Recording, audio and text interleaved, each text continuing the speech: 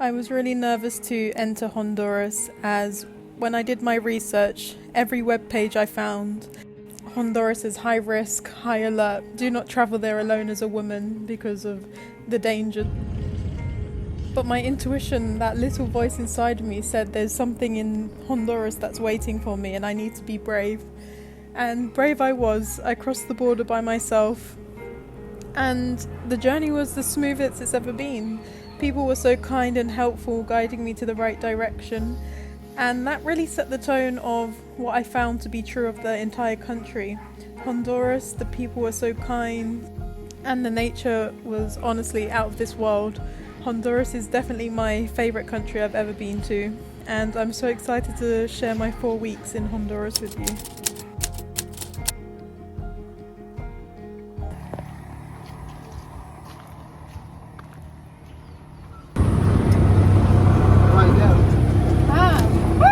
I have arrived at the Macaw sanctuary, well, parrot sanctuary.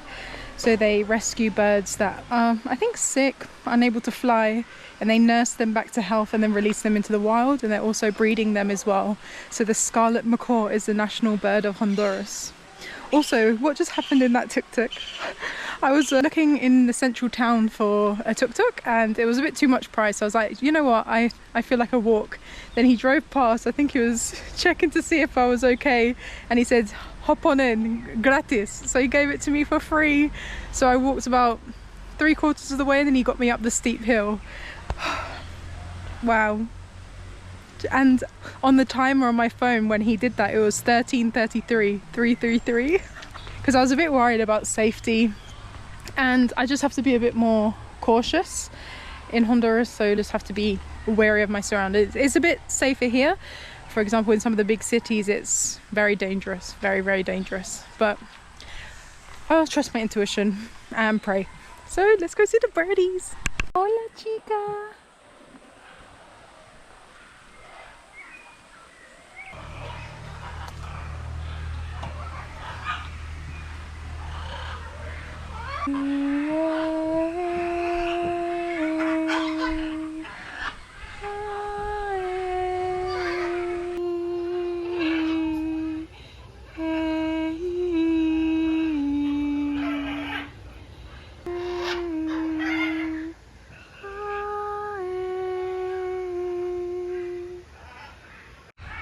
They liked my singing, they started falling asleep.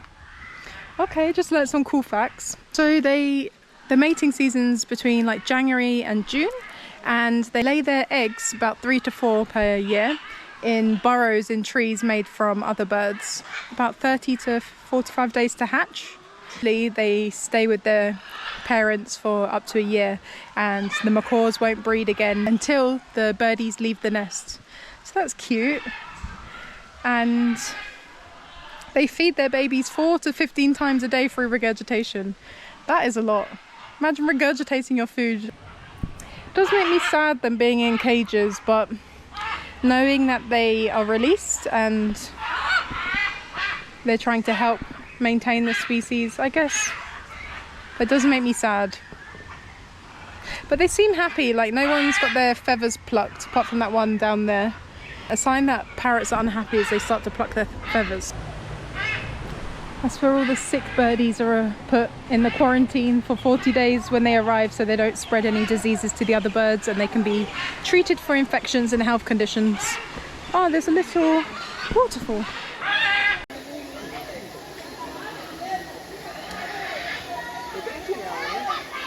I did not know blue macaws existed. I think they're mainly in South America, but it says that sometimes they digest clay found at riverbanks to digest the toxins from unripe seeds that they may have ingested. That's so smart. Threats and risk are illegal trafficking for pet trade.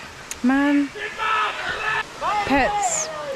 You know the thing about humans, it's like we see something nice and it's like we want it for ourselves.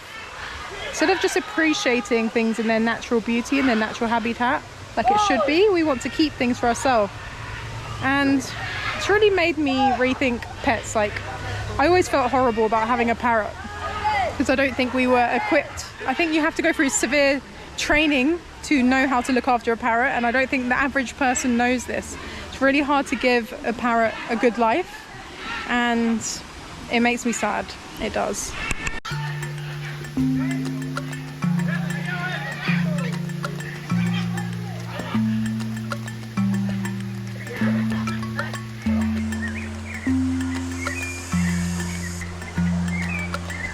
I found my chill out zone for the next 20 minutes. Wow.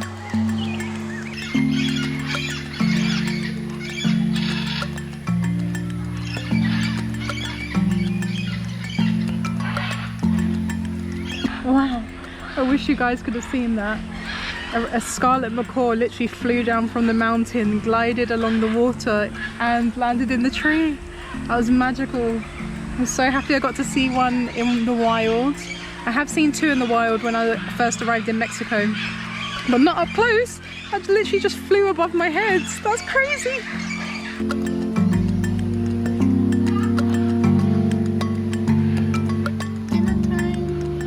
It's the rehabilitation aviary, so they learn to fly and socialise with each other. And this is the last stop before they're released. Aww. They look a lot happier in here.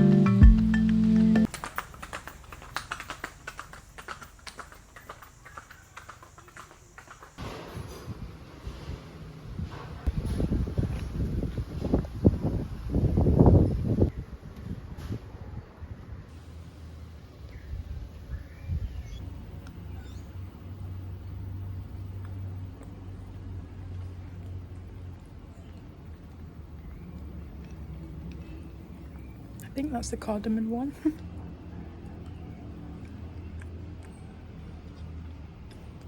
Naranja. Orange. Good. I think this is avena or oat.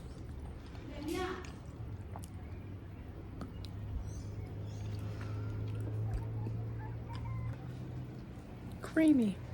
Nice.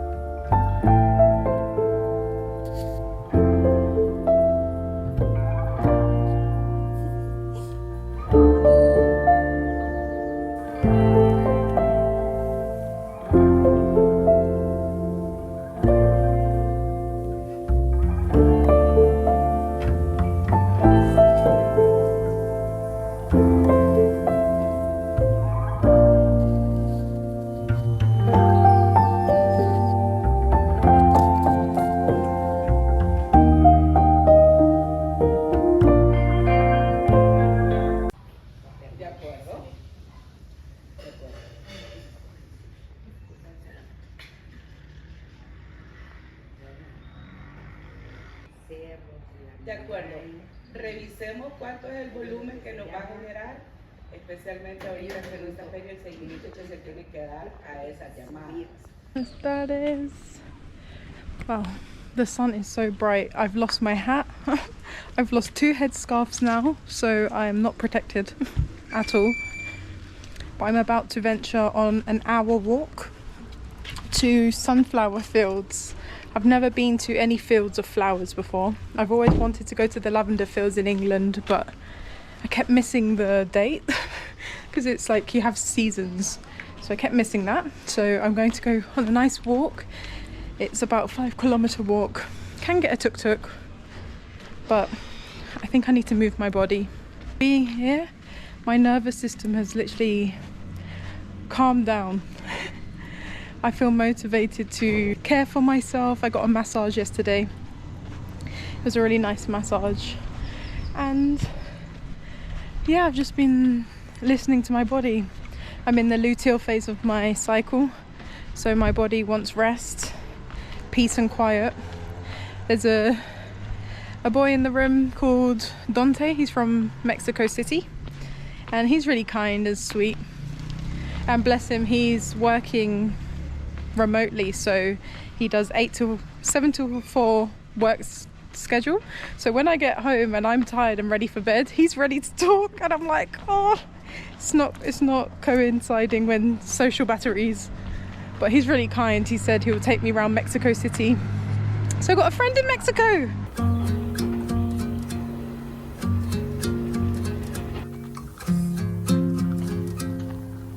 Guys, there's a cowboy on a horse coming with about 100 cows, and this road is quite narrow. I'm a bit worried. Maybe they will never overtake. Can you see the man on the horse? Wait for the cows to come in. Oh, only I could run into this problem.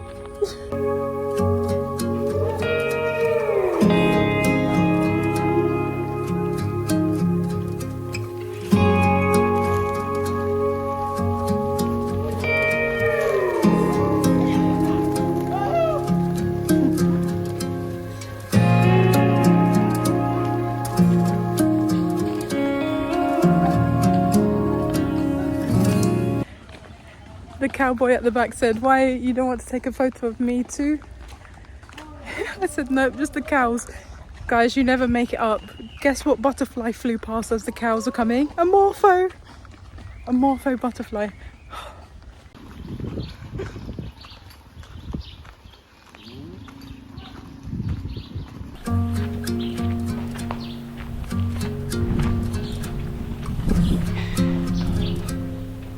I was scared to do this walk, and you know, God always tells me I'm protected with animals and elderly people. I love this life.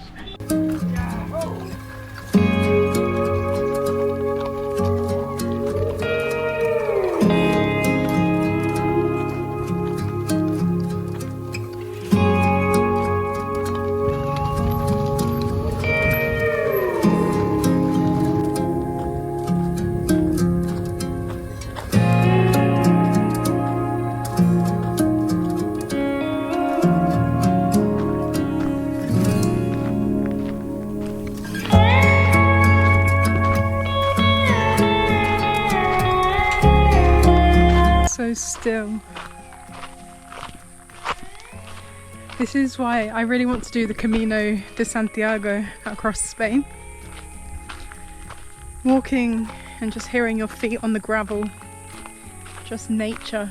No sounds at all. Wow. Wow. This is so serene. There's a boat.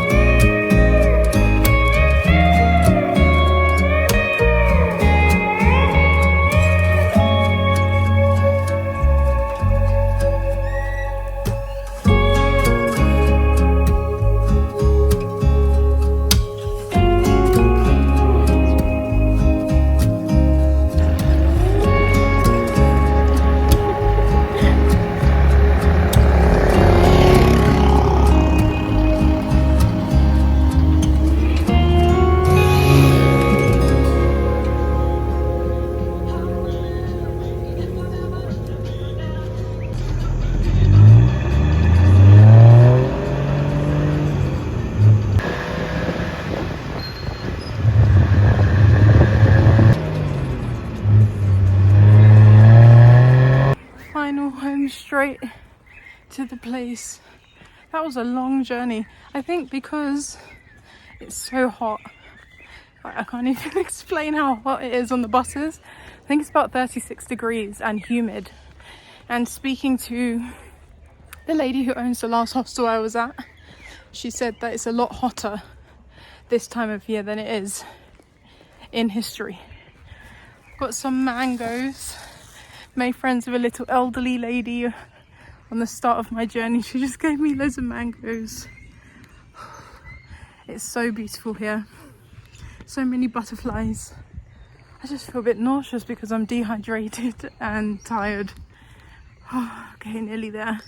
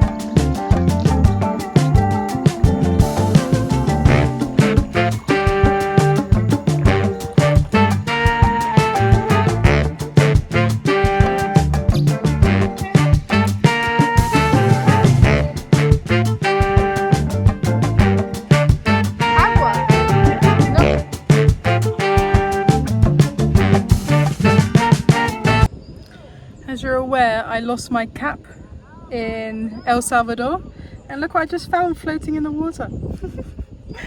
Hope nobody's looking for this cap because I'll be using it now. Oh, dragonfly.